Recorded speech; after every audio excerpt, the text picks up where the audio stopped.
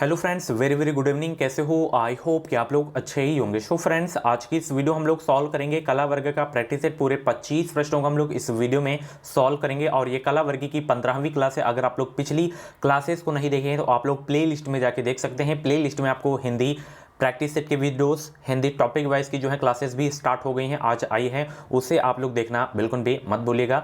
And GK GS current affair कला वर्ग की जो है वीडियोस आपको मिल जाएंगी इन क्लासेस की। अगर आपको फ्री में पीडीएफ चाहिए तो आप लोग हमारे टेलीग्राम चैनल से जुड़ के वहां से प्राप्त कर सकते हैं फ्री में पीडीएफ। तो चलिए इस क्लास को स्टार्ट करते हैं। 25 में से आपके जितने भी प्रश्न सही हो तो लास्ट में आप लोग अपना नाम और स्कोर कमेंट बॉक्स में जरूर से जरूर बताइएगा। 25 में 12 प्लस कम से कम करना है। क्लासेस का टाइमिंग देख सकते हैं, 9:30 बजे हिंदी लैंग्वेज की क्लास, 1:45 पे जीके प्लस करंट अफेयर और 5:45 इसका टाइमिंग थोड़ा मैं बढ़ा दिया हूँ टाइमिंग, यानी कि 6 या 6:15 बजे के बीच में जो है इसकी क्लासेस होगी। ये क्रैश कोर्स के लिए व्हाट्सएप नंबर है। परचेज करने में कोई प्रॉब्लम्स हो रही हैं तो आप लोग कॉन्टैक्ट कर सकते हैं। यहाँ पे देख सकते हैं हमारा क्रैश कोर्स है, बहुत सारे लोग परचेज कर लिए हैं और वो लोग जो है बेहतरीन तैयारी भी कर रहे हैं। इस क्रैश कोर्स में आपको सभी सब्जेक्ट के इंपॉर्टेंट क्वेश्चंस और 10 वर्षों के पुराने पेपर भी आपको देखने को मिलेंगे। सॉल्व पेपर रहेंगे एंड सभी वर्गों के लिए क्रैश कोर्स है। बीएड प्रवेश परीक्षा का निचोड़ नोट्स है, 5000 से ज़्यादा आपको इसमें टॉपिक वाइज क्वेश्चंस देखने को मिलेंगे। वीडियो को डिस्क्रिप्शन बॉक्स में लिंक दे दिया हूं, परचेज कर सकते हैं। मात्र 149 रुपये में आपको पूरा मटेरियल देखने को मिलेगा। आज की क्लास का सबसे पहला क्वेश्चन आपके स्क्रीन पे आ गया है और जितने भी लोग क्लास को देख रहे हैं यार फटाफट वीडियो को लाइक कर देंगे। निम्नलिखित में से कौन 1829 ईस्वी में सती प्रथा के उन्मूलन के कारक थे? 4 ऑप्शन आपके सामने दिए गए, जो भी इस क्वेश्चन का राइट आंसर आप लोग कमेंट बॉक्स में फटाफट बताने का प्रयास करेंगे। निम्नलिखित में से कौन 1829 ईस्वी में सती प्रथा के उन्मूलन के कारक थे? 51 का जवाब देंगे तो वो थे लॉर्ड बेंटिंग। ऑप्शन इसका सी वाला बिल्कुल करेक्ट हो जाएगा। अगला प्रश्न यहां पे देखिए, अंतर्राष्ट्रीय व्यापार में डंपिंग का अर्थ क्या है? डंपिंग का अर्थ आपको बताना है। सभी लोग जवाब देंगे। सभी को very very good evening. Dumping का अर्थ क्या होगा? डंपिंग का जो अर्थ होता है वास्तविक उत्पादन लागत से कम दाम पर माल का निर्यात, यही जो है डंपिंग का अर्थ होता है अंतर्राष्ट्रीय व्यापार में। ऑप्शन इसका ए वाला बिल्कुल करेक्ट हो जाएगा। बीएड की पल पल की अपडेट पाने के लिए, ऑथेंटिक न्यूज़ पाने के लिए आप लोग हमारे चैनल से जुड़े रहें। चैनल को सब्सक्राइब करके बेल आइकन को ऑल पे प्रेस कर लीजिएगा। इस चैनल के माध्यम से आपको निश्चित ही मदद मिलेगी। जो भी यूपी बीएड की अपडेट है वो अपडेट आपको सबसे पहले इसी चैनल के माध्यम से और ऑथेंटिक न्यूज़ देखने को मिलेगी। नेक्स्ट क्वेश्चन, मुगल शासक में मनसबदारी प्रणाली का प्रवर्तन किसके द्वारा किया गया था? मुगल शासन में जो है मनसबदारी प्रणाली का प्रवर्तन किसके द्वारा किया गया था? Very very most important question है। तो मनसबदारी प्रणाली का जो है प्रवर्तन किया गया था अकबर के द्वारा। किसके द्वारा? अकबर के द्वारा। स्टार लगा के नोट करिएगा, बहुत इंपॉर्टेंट क्वेश्चन। ऑप्शन इसका बी वाला बिल्कुल करेक्ट हो जाएगा। चलिए अगला प्रश्न यहाँ पर देखिए, किस चोल राजा ने श्रीलंका पर कब्जा किया था? सभी लोग जवाब देंगे। किस चोल राजा ने श्रीलंका पर कब्जा किया था? तो राजेंद्र प्रथम ने जो है श्रीलंका पर जो है कब्जा किया था। ऑप्शन इसका सी वाला बिल्कुल करेक्ट हो जाएगा। भारत में वित्त आयोग का प्रधान कार्य क्या है? वित्त आयोग का जो है प्रधान कार्य क्या है भारत में, ये आपको बताना है। सभी लोग जवाब देने का प्रयास करेंगे। भारत में वित्त आयोग का प्रधान कार्य क्या है? तो भारत में वित्त आयोग का जो प्रधान कार्य है वो है केंद्र और राज्यों के बीच का राजस्व वितरण। ऑप्शन इसका ए वाला बिल्कुल करेक्ट हो जाएगा। चलिए अगला प्रश्न देखते हैं, तंजावुर के वृहद मंदिर का निर्माण किसने किया था? बहुत इंपॉर्टेंट क्वेश्चन है, स्टार लगा के नोट करिएगा इस क्वेश्चन को। तंजावुर के वृहद मंदिर का निर्माण किसने किया था? तो इसका जो है निर्माण किया गया था राजराज चोल के द्वारा। ऑप्शन इसका जो है बी वाला बिल्कुल करेक्ट हो जाएगा। चलिए अगला प्रश्न, किस संवैधानिक संशोधन ने मूलभूत अधिकारों के ऊपर निर्देशक सिद्धांत को आधिपत्य दिया? सभी लोग जवाब देने का प्रयास करेंगे। 42वां, 16वां, 44वां, 25वां। तो वो संविधान संशोधन कौन सा है? 42वां है। ऑप्शन इसका ए वाला बिल्कुल करेक्ट हो जाएगा। अगला प्रश्न यहाँ पे देखिए, जब भारत के राष्ट्रपति और उपराष्ट्रपति के पद रिक्त हैं तो उनका कार्य कौन निभाएगा? प्रधानमंत्री या गृह मंत्री या लोकसभा का अध्यक्ष या भारत का मुख्य न्यायाधीश? 58 का जवाब देंगे सभी लोग। जब भारत के राष्ट्रपति और उपराष्ट्रपति के पद रिक्त हों तो उनका कार्य कौन निभाएगा? भारत का मुख्य न्यायाधीश। ऑप्शन इसका डी वाला बिल्कुल करेक्ट हो जाएगा, chief justice of India. Option D वाला। चलिए, एकाधिकार शक्ति की मात्रा को मापना होता है किसके फर्मे के रूप में, ये आपको बताना है। एकाधिकार शक्ति की मात्रा को मापना होता है के अधिसमान लाभ के रूप में। ऑप्शन इसका जो है बी वाला बिल्कुल करेक्ट हो जाएगा। चलिए, कला वर्ग में जो क्वेश्चंस पूछे जाते हैं इसमें कई सब्जेक्ट से जो है क्वेश्चन पूछे जाते हैं, जैसे आपका इतिहास हो गया, भूगोल हो गया, दर्शन शास्त्र हो गया, समाज शास्त्र हो गया एंड मनोवैज्ञानिक हो गया। इसी में आपको हिंदी के जो है क्वेश्चन 2-3 देखने को मिलेंगे, अंग्रेजी के 2-3 क्वेश्चन देखने को मिलेंगे, ऐसे ही मिक्स क्वेश्चंस उसमें रहते हैं। चलिए, लाभों के अभिनव सिद्धांत का प्रतिपादन किसने किया था? लाभों के अभिनव सिद्धांत का प्रतिपादन किसने किया था? तो इसका जो है प्रतिपादन किया गया था J.A. शुम्पीटर के द्वारा। ऑप्शन इसका ए वाला बिल्कुल करेक्ट हो जाएगा। अगला प्रश्न यहाँ पे देखिए, एडम स्मिथ के अनुसार निम्नलिखित में से कौन सा कराधान का अधिनियम नहीं है? एडम स्मिथ के अनुसार जो है निम्नलिखित में से कौन सा कराधान का अधिनियम नहीं है? सरलता का अधिनियम, ऑप्शन बी वाला बिल्कुल करेक्ट हो जाएगा। ठीक है, यही जो है आपका कराधान का अधिनियम नहीं है, सरलता का अधिनियम। चलिए अगला प्रश्न देखते हैं, प्रभावी मांग निर्भर करती है किस पर? प्रभावी मांग जो है निर्भर करती है किस पर? तो प्रभावी मांग निर्भर करती है पूर्ति कीमत पर। किस पर? पूर्ति कीमत पर प्रभावी मांग निर्भर करती है। ऑप्शन इसका डी वाला बिल्कुल करेक्ट हो जाएगा। अगला प्रश्न देखिए, किस लड़ाई ने मोहम्मद गौरी के लिए दिल्ली क्षेत्र खोल दिया?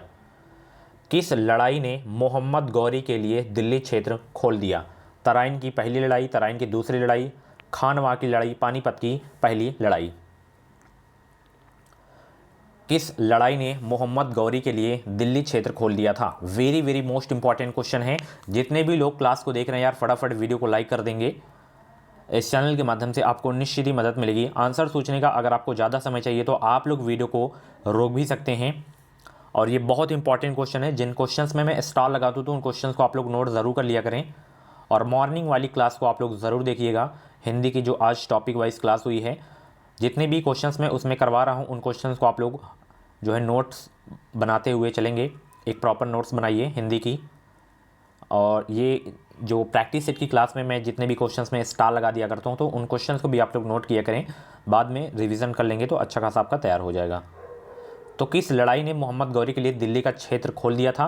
तराइन की दूसरी लड़ाई। ऑप्शन इसका जो है बी वाला बिल्कुल करेक्ट हो जाएगा। बहुत ही इंपॉर्टेंट क्वेश्चन है आपके एग्जाम के लिए। अगर एग्जाम में पूछा जाता है कि तराइन की दूसरी लड़ाई कब हुई तो 1192 याद रखना है, और 1191 में पहली हुई थी। और पानीपत की पहली लड़ाई हुई थी 1526 में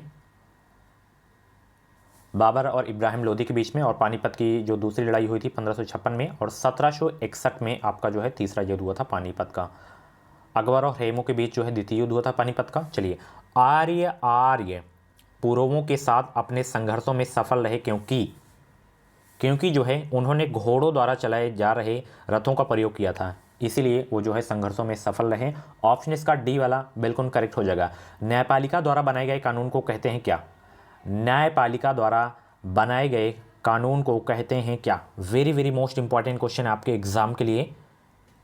न्यायपालिका द्वारा बनाए गए कानून को कहते हैं प्रशासनिक कानून। क्या कहते हैं? प्रशासनिक कानून कहते हैं। ऑप्शन इसका डी वाला बिल्कुल करेक्ट हो जाएगा। अगला प्रश्न यहाँ पे देखिए, संसदीय प्रकार की सरकार की एक प्रमुख विशेषता है।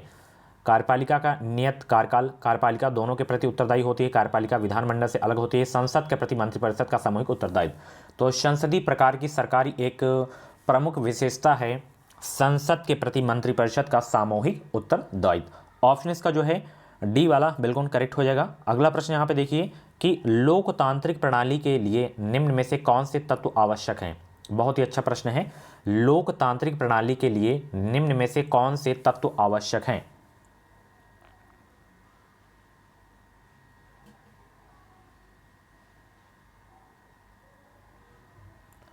लोकतांत्रिक प्रणाली के लिए निम्न में से कौन से तत्व आवश्यक हैं?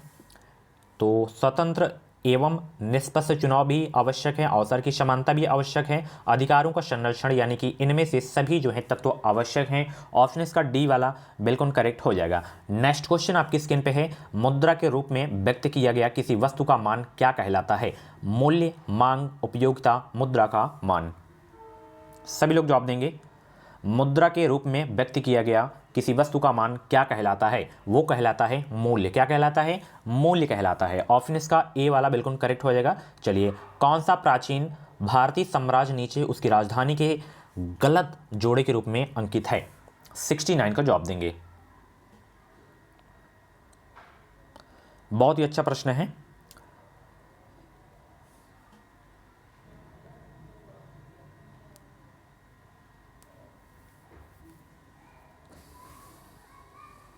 तो मौर्य की तो पटेल पुत्र थी, पंड्या की मदुरई थी, काकतीय की वारंगल थी। तो ये तीनों सही हैं। ये वाला आपका जो है जोड़ा सही नहीं है, क्योंकि इसकी जो राजधानी थी पल्लव की वो कांची थी। क्या थी? कांची। चलिए, वेल्लोर यहाँ पे दिया गया है। चलिए, वे दो वंशज कौन थे जिन्होंने खिलजी शासकों से तत्काल पहले और बाद में शासन किया? तो वो थे गुलाम और तुगलक। ओके, ऑप्शन सी वाला बिल्कुल करेक्ट हो जाएगा। नेक्स्ट क्वेश्चन आपकी स्क्रीन पे आ गया है। निम्न में से किसने अंग्रेजों के विरुद्ध 1857 के संघर्ष में भाग नहीं लिया था? तांत्या टोपे लिए थे, रानी लक्ष्मीबाई, नाना साहेब, टीपू सुल्तान जो है इसमें भाग नहीं लिए थे 1857 के संघर्ष में। ऑप्शन इसका जो है बी वाला बिल्कुल करेक्ट हो जाएगा। 1857 की क्रांति कहाँ से शुरू हुई थी? कमेंट बॉक्स में बताइए। चलिए मैं बता ही देता हूँ, मेरठ से। चलिए, निम्नलिखित में से कौन सा प्रशासन पर विधायी नियंत्रण के अंतर्गत नहीं आता है? निम्नलिखित में से कौन सा प्रशासन पर विधायी नियंत्रण के अंतर्गत नहीं आता है?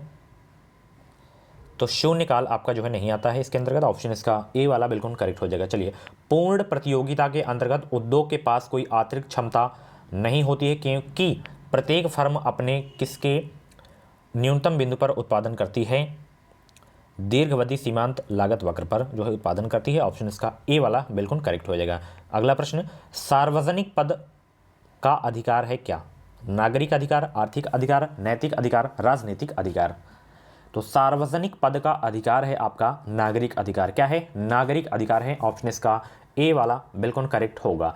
गीत गोविंद का लेखक कौन था? स्टार लगाइएगा। गीत गोविंद के जो लेखक हैं वो हैं जयदेव। बहुत एग्जाम में पूछा गया प्रश्न है ये। ऑप्शन इसका ए वाला बिल्कुल करेक्ट हो जाएगा। शो फ्रेंड्स, ये थी कला वर्ग की 15वीं क्लास। कैसी लगी क्लास आपको कमेंट बॉक्स में ज़रूर बताइएगा। ऐसी क्लासेस देखने के लिए आप लोग हमारे चैनल से जुड़े रहें। चैनल को सब्सक्राइब करके बेल आइकन को ऑल पे प्रेस कर लीजिएगा। इस चैनल के माध्यम से जो भी यूपी बेट की अपडेट रहेगी वो अपडेट आपको सबसे पहले देखने को मिलेगी और रियल न्यूज़ आपको देखने को मिलेगी। कुछ डाउट्स वगैरह हो तो कमेंट बॉक्स में अपना डाउट क्लियर कर सकते हैं। Thank you.